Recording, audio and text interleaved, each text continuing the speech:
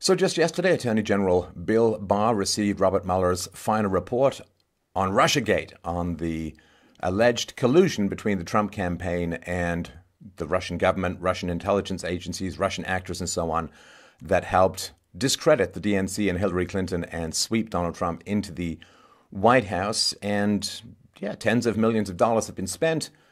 Almost 2 years. What has he got as he waded in to find all of this collusion? Well, he netted 199 criminal charges. There were 37 indictments or guilty pleas and 5 prison sentences, none of them related to Russia collusion. It turns out when you wander into the swamp with a fistful of vengeful potential indictments, you can find people doing bad things. You can find people doing money laundering. You can find people, for process crimes like lying to the FBI and so on. But yeah, he netted some people, but nothing to do with the actual trigger. Now, what was the trigger? Let's cast our mind back. So the trigger was the Steele dossier. Steele sounds like, what, Remington Steele? It sounds like a very spy-y kind of name. And dossier makes it sound seriously vetted, which it wasn't, certainly at the time. So the Steele dossier was a truly salacious and shocking series of memos alleging many, many terrible things, among which was collusion between President Donald Trump and his campaign and Russia. And the Steele dossier, of course, was eventually published by BuzzFeed. Now, where did the Steele dossier come from? Well, it was unvetted, paid-for opposition research. The Hillary Clinton campaign and the Democratic National Committee helped fund the research that resulted in the Steele dossier. Now, the Steele memo, or dossier, began, and I quote, "Russian regime has been cultivating, supporting, and assisting Trump, all caps, for at least 5 years. Aim, endorsed by Russian President Vladimir Putin, has been to encourage splits in division in Western alliance." The memo further claims that Trump and, quote, his inner circle have accepted, quote, a regular flow of intelligence from the Kremlin, and that Russia had enough negative information on Trump to blackmail him. Now, in early January 2018, then FBI Director James B. Comey presented a 2-page summary of Steele's dossier to President Barack Obama and President-elect Donald Trump. And, well, in May, as you recall, Trump fired Comey, and that led to the appointment of Robert S. Mueller III as special counsel investigating potential Trump-Russia connections. So, right, there's a collusion with Russia, and then there's the potential obstruction of justice, and so on. So, now, the FBI and the Senate Intelligence Committee are both known, or were both known, to be using the dossier as a roadmap in their respective investigations into Russia's interference in the 2016 U.S. election. The FBI also used the document to support, at least in part, its application for a Foreign Intelligence Surveillance Act, or FISA warrant, targeting Carter Page. So this is how they got into the campaign. The dossier claimed the, quote, Russian regime had been behind the recent leak of embarrassing email messages emanating from the Democratic National Committee, DNC, to the WikiLeaks platform.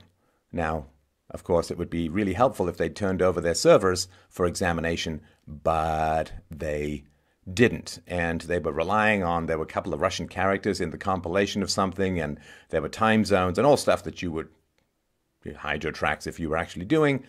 My particular belief is that Seth Rich or somebody inside the DNC copied the information to a local thumb drive, and that's testable because the information was copied so rapidly that the idea, it went through the internet from America out to where it was at Romania and so on, is simply not feasible, not credible. It was copied so fast that in my view it had to be a local thumb drive. And so yeah, that's now the dossier also claimed, quote, the reason for using WikiLeaks was plausible deniability, and the operation had been conducted with the full knowledge and support of Trump and senior members of his campaign team. That's incredibly serious allegations, destabilizing the entirety of the American Republic, delegitimizing potentially the election. Incredibly serious allegations, and certainly infinitely less substantiated than the allegations that Hillary had violated security standards with her own private by-the-toilet email server and other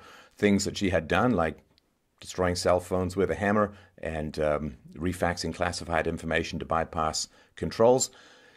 Very serious stuff. It should have, of course, been investigated, and it should have been investigated skeptically because Oppo research. It's opposition research paid for by Hillary Clinton's campaign. You know, I guess you have a choice, right? You have a choice when you're a presidential candidate. You can either go and talk to potential voters and address their concerns, or you can pay for salacious stuff and it ends up being out in the public sphere, and just then you can weaponize the Department of Justice and the FBI and other places in pursuit of your political goals and political ends. But the end game I'll get to in the end. But so there is no evidence corroborating Steele's claim that the hacking operations was carried out, quote, with the full knowledge and support of Trump and senior members of his campaign team. No evidence. And this is, for the people who've been following this, who've been sort of consuming the mainstream media reports on this, it's very disorienting at the moment. Because a sliver of reality has cracked in through the biodome of propaganda. And something that they had been assured for years was a done deal. It was in Donna Brazil's book. It was all over CNN. It was all over the major networks. It was a done deal. Russia collusion, obstruction of justice, boom, impeachment, salvation from any kind of economic reality / potential to get a job.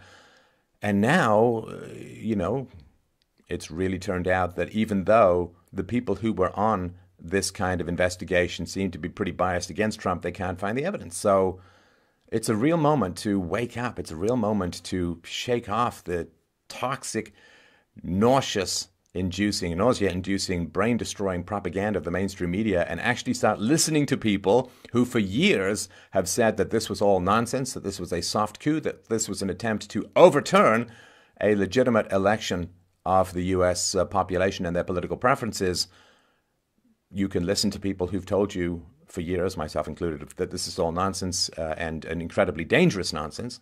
This is extremist content. Like I was tweeting about this on Twitter just yesterday. This whole fantasy of Russia collusion and obstruction of justice and so on is an incredibly toxic extremist view that has shattered families. It has got people thrown in jail. It has bankrupted people. It has destroyed lives. This is real extremist content, not talking about psychological realities. So it's really, really important. I'll get to the real end game in a moment, though. So, collusion. Well, so Hillary's campaign secretly paid a company called Fusion GPS over $1 million to put together the dossier framing Trump for allegedly colluding with Russia. The payments went through D.C. law firm Perkins Coie. Now, this is not wildly unusual in that if you are a political campaign and you want work products to be protected by attorney-client privilege, then paying a law firm to do it is kind of a known deal. So they paid Fusion GPS, the payments going through this D.C. law firm, Perkins Coie, and then Fusion paid Christopher Steele, this ex-British spy, $168,000 to write the dossier and cover his expenses. Now, what were those expenses? Well, since Steele was an ex-spy, he no longer had diplomatic protection, so he could not travel to Russia. So what did he do? Instead, he paid Russian sources and used third parties to talk to them. So his contract reportedly called for expenses to be paid as well as his fee. So if he's paying informants, well, that would definitely be an expense. And this is absolutely appalling. So you're paying people you've never even met for information that can perhaps sway an election, or certainly has the goal of swaying an election. So Michael Morell, a Hillary supporter and the former acting CIA director, confirmed that, and I quote, Mr. Steele paid the Russian intelligence sources who provided the information and never met them directly. Come on, that's not vetted information. Shadowy third-party international payments to people you've never met and you can't verify, and I mean, it's crazy. And it was all just like unnamed Russian official and blah, blah, blah, blah, blah, right? So this is not information. This doesn't even rise to the level of gossip. So Hillary's campaign paid Fusion, Fusion paid Steele, and Steele paid his sources. So Hillary's campaign was the ultimate source of funding for Christopher Steele's sources. That's terrible data gathering. I mean, if you're paying someone for information, you don't know if they're giving you the information because it's true or if they're giving you what you want to hear because you're paying them, right? It's considered a terrible practice in intelligence to pay sources. So as far as Russia collusion goes, well, Steele had fairly close association with Russian informants, and if they were real, were they allowed to cooperate with Christopher Steele by the Russian government? So if the Russian government is permitting people to be paid to deliver opposition research to Hillary Clinton, I mean, if you want to start talking about Russia collusion, Steele is acting on behalf of the Russian government with the goal of interfering with an election in America. All they do is project, right? I mean, this is what the left does. They accuse you of what they're actually doing. I mean, look at what's going on with the SPLC these days. Good heavens. So I'm going to quote, and I'll put the sources to all this below, from the National Review, because it's very interesting, because the question is regarding obstruction of justice or interference in the pursuit of justice. So this is the writer's article says, I have argued from the start that Mueller's appointment was illegitimate because Rosenstein did not comply with federal regulations, which, among other things, do not provide for appointment of a special counsel to conduct a counterintelligence investigation. It's very, very important, right? So when you're looking at the Russian government colluding with a presidential candidate in order to sway the election, that's a counterintelligence investigation, which there are, 18 different security agencies, of which some of whom are focused on counterintelligence investigation. Getting Mueller as a special counsel to conduct a counterintelligence investigation makes no sense. Well, of course, it makes sense under a certain view of things, but it makes no sense legally, in my view. Remember, I'm no lawyer, I'm just sort of quoting, right? So the article goes on to say, more saliently for present purposes, I have also contended that the obstruction investigation is illegitimate because the president undeniably has the constitutional authority to remove the FBI director. He does not need a reason.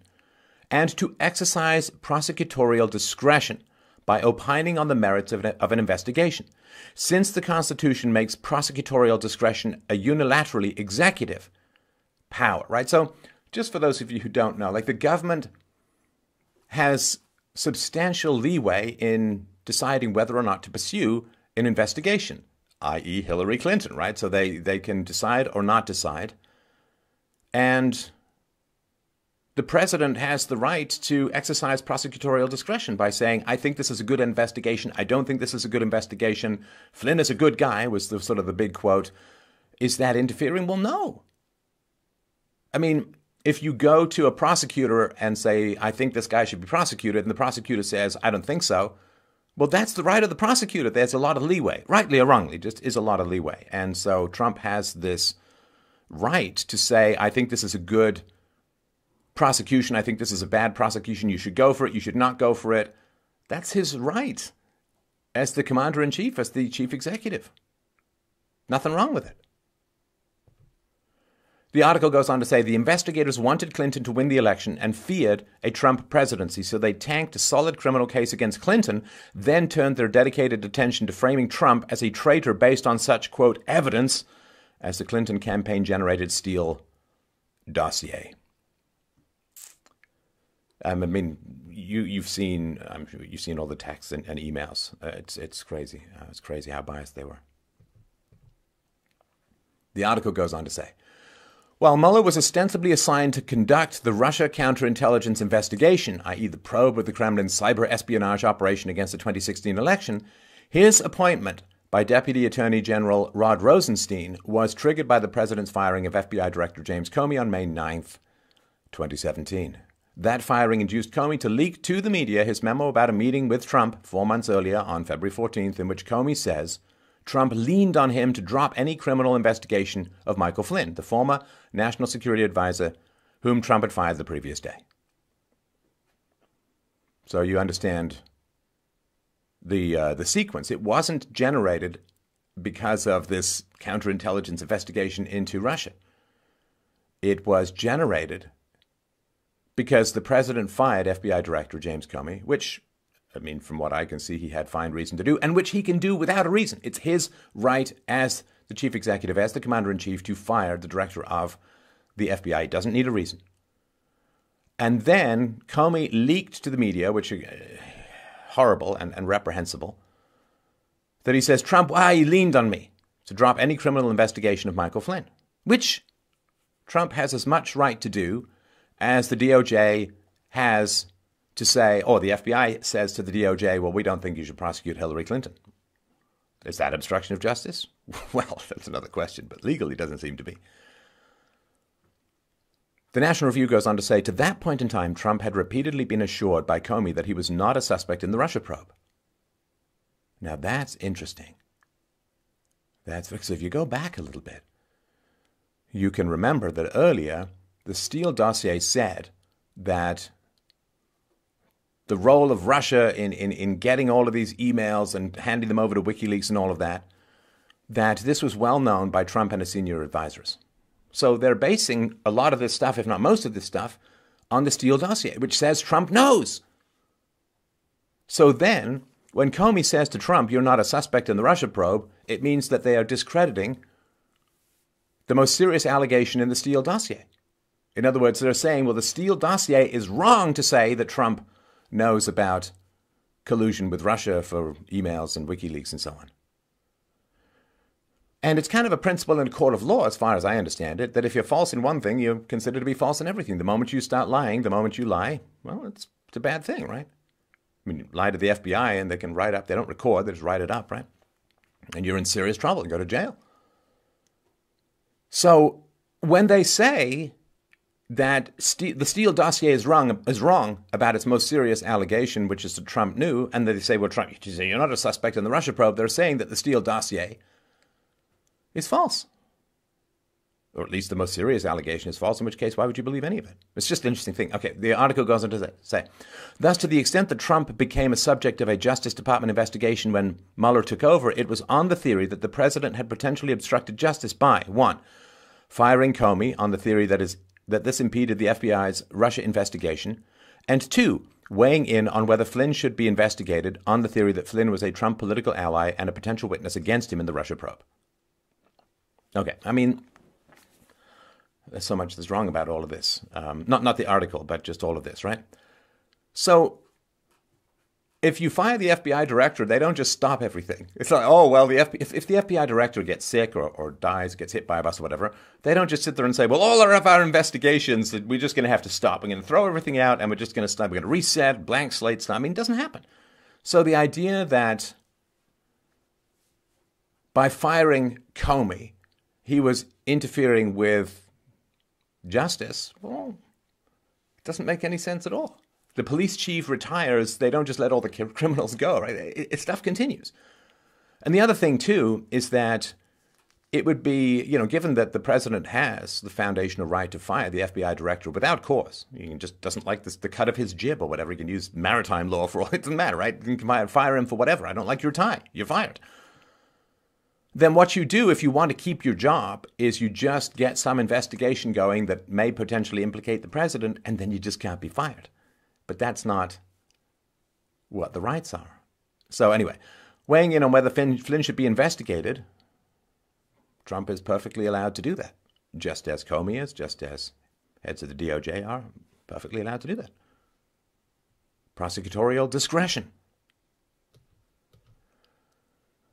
The article goes on to say, so let's compare. President Trump clearly has broader executive discretion than the FBI and the Justice Department. It's very, very important, right? Executive discretion, to pursue, to not pursue. Because then, if saying whether or not you should pursue, like if you're not the person actually making the decision to pursue a criminal prosecution, anybody who tells you anything about that is interfering with this obstructing justice, right? They're interfering with a potential criminal prosecution. But if that's the case, then anyone who advised the person who had the final decision about Hillary, anyone who advised that person to not pursue criminal investigations into Hillary Clinton is guilty of obstruction of justice by that same logic. Right? So when Comey said, I don't think that what she did was illegal, which he doesn't have the right, like the FBI does the research and it's the DOJ that decides whether to prosecute or not. So if opining, even privately, Comey did it in front of millions of people, opining about the value or the worth of pursuing criminal charges, if that's obstruction of justice, then Comey is far more guilty of it, in my view, than Donald Trump was. Because Comey, wildly influenced, I would assume, the DOJ's decision to not pursue Hillary Clinton for her emails or security breaches or all these other things. I don't know. It's just, I wish in America college freshmen didn't read at the 7th grade level. I wish critical thinking was taught. I wish people, anyway. All right, let's continue. So I'm just going to read this again because it kind of flows. National Review says, so let's compare. President Trump clearly has broader executive discretion than the FBI and the Justice Department. He is the executive. Their powers are limited by their subordinate status and the fact that they are created and heavily regulated by statute. It is incontestable, moreover, that the president had abundant legitimate reasons to fire Comey and to weigh in on whether Flynn merited investigation. As for Flynn, the article says, let's assume the truth of Comey's post-dismissal claim that Trump pressured him, even though just days before being fired and 4 months after he discussed Flynn with Trump, the former director testified that he had never had the experience of being pressured to drop an investigation for political reasons. I don't know, if your main accuser has just testified that what he's accusing you of never happened, it seems hard to go on, but of course not about law. It's about, other things which we'll get to. National Review, this is regarding Flynn, right? They say, it was nevertheless perfectly reasonable for the president to request, no one has ever claimed that Trump issued an order, that the Flynn investigation be dropped.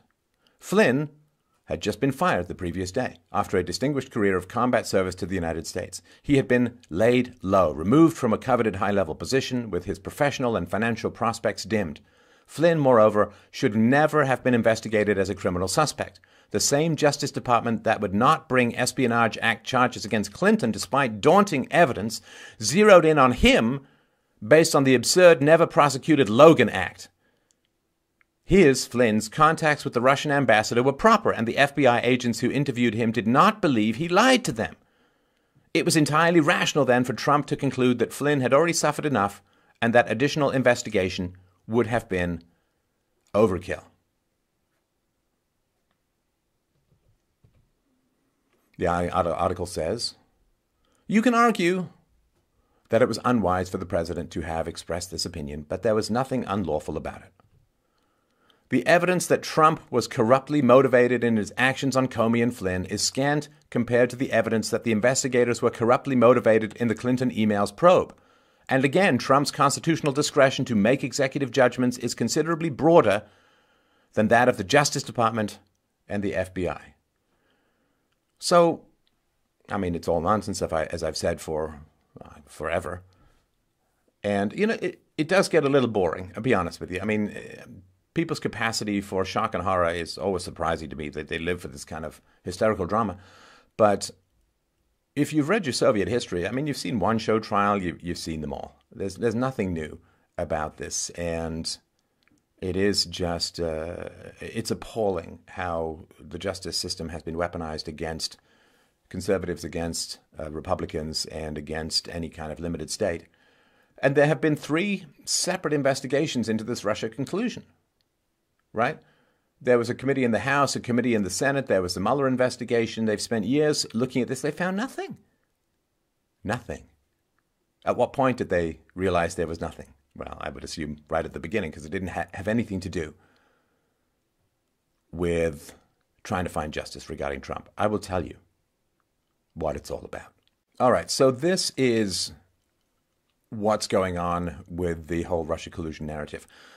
So the left have been trying to import people from the third world who are going to reliably vote for bigger and bigger government, more and more socialism, more and more income redistribution, and greater expansions of government powers. And they've been doing this since 1965, since the Immigration Act, to switch immigration from Western countries to non-Western countries so that they can maintain their power. Because, of course, as people get wealthier, you need the government less and less, right? As you gain more resources, as you have more opportunities, if you have more savings, you need the government less and less. So they need to keep importing people who are dependent on the state and who are going to vote for the left. That's been clear, and tens of millions of people have poured into America over that time period. And if they hadn't, right, given how badly leftism, socialism, communism was discredited, particularly after the great speech by Nikita Khrushchev talking about the cult of personality, the gulags, the crimes, the show trials, the slaughters of Stalin, communism got discredited by facts, by reason, by evidence, by Austrian economics, by Misesian critiques of the price system, you name it.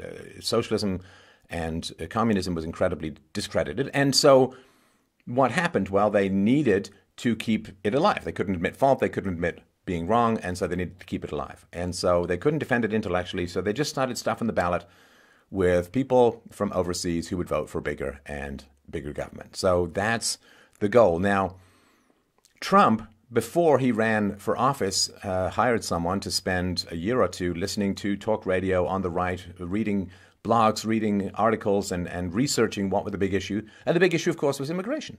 The big issue is immigration all throughout the Western world, in Europe, in the UK, in Canada, in America.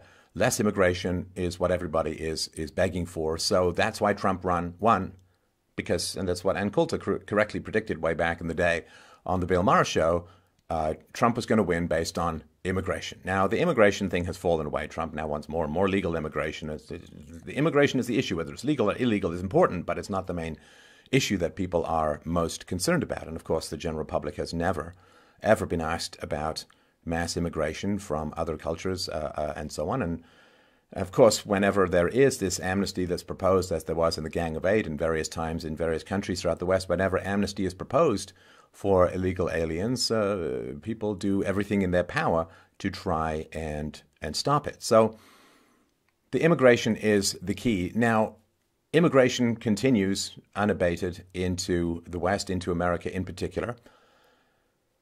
And so it's really not going to be very long, and it may even only be one election cycle away, before the left has a hammerlock on power because of immigration.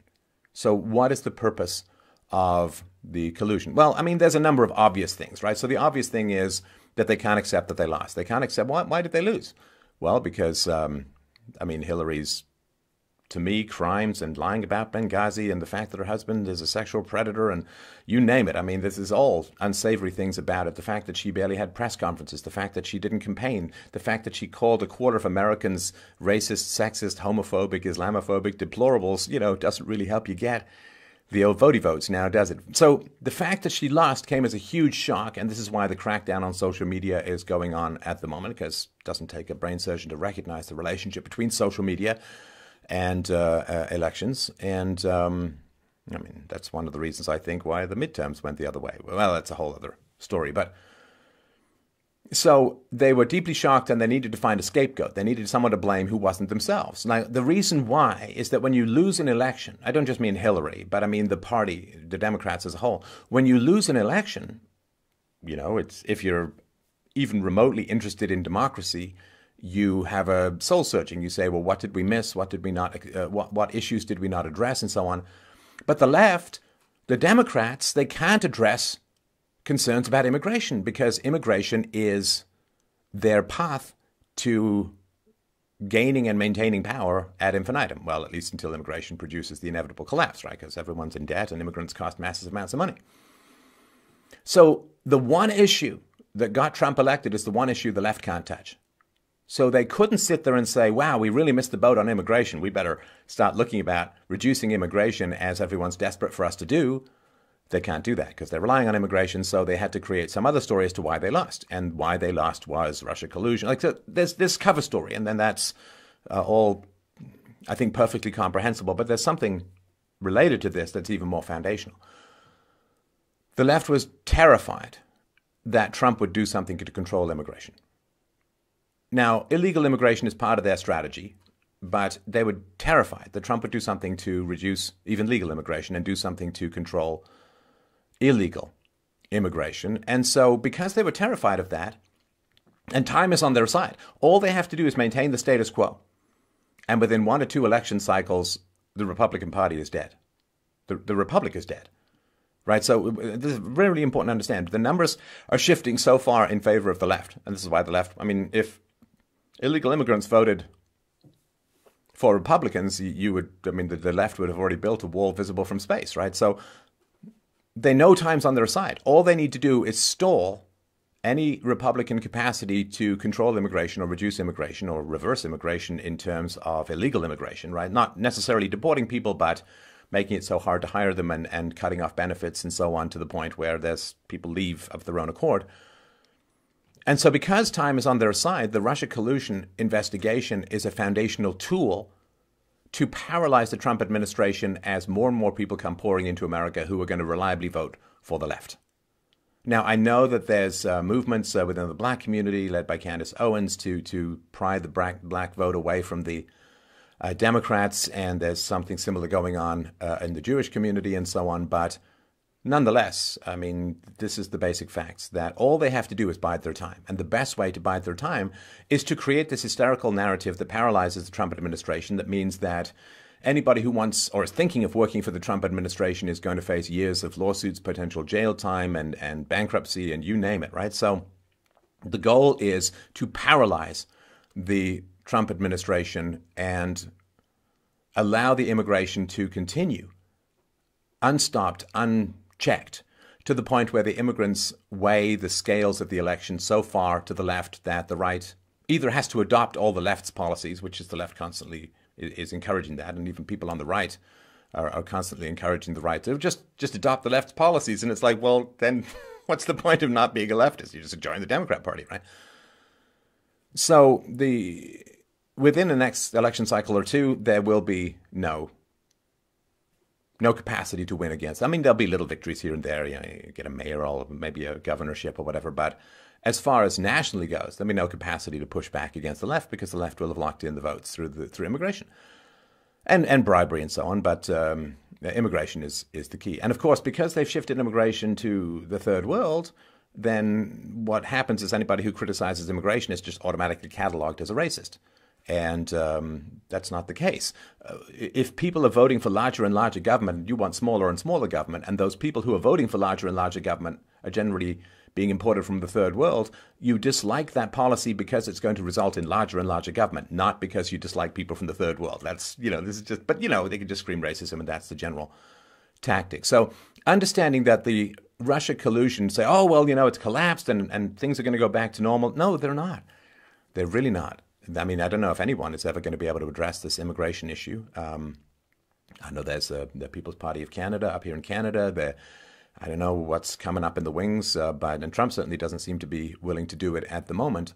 But and of course, as I talked about in one of my thought bites, if immigration is reduced, the price of housing collapses and the entire financial system goes through the ringer, which, to me, better sooner rather than later. If you're going to take that Band-Aid off, do it quickly rather than slowly.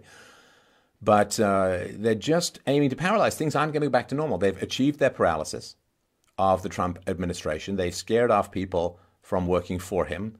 And they're just, now that Trump has committed to more and more immigration, or that's his goal, then the left is like, yeah, okay, fine. Then you're with us and you're going to hand over the country to the big government people and the socialists and the leftists and so on. And so it's just biding time. It's just biding time. If you're getting stronger and your enemy is getting weaker, the longer you defer the battle, the better off you are. And that is the real truth behind the Mueller investigation. Thank you so much for watching.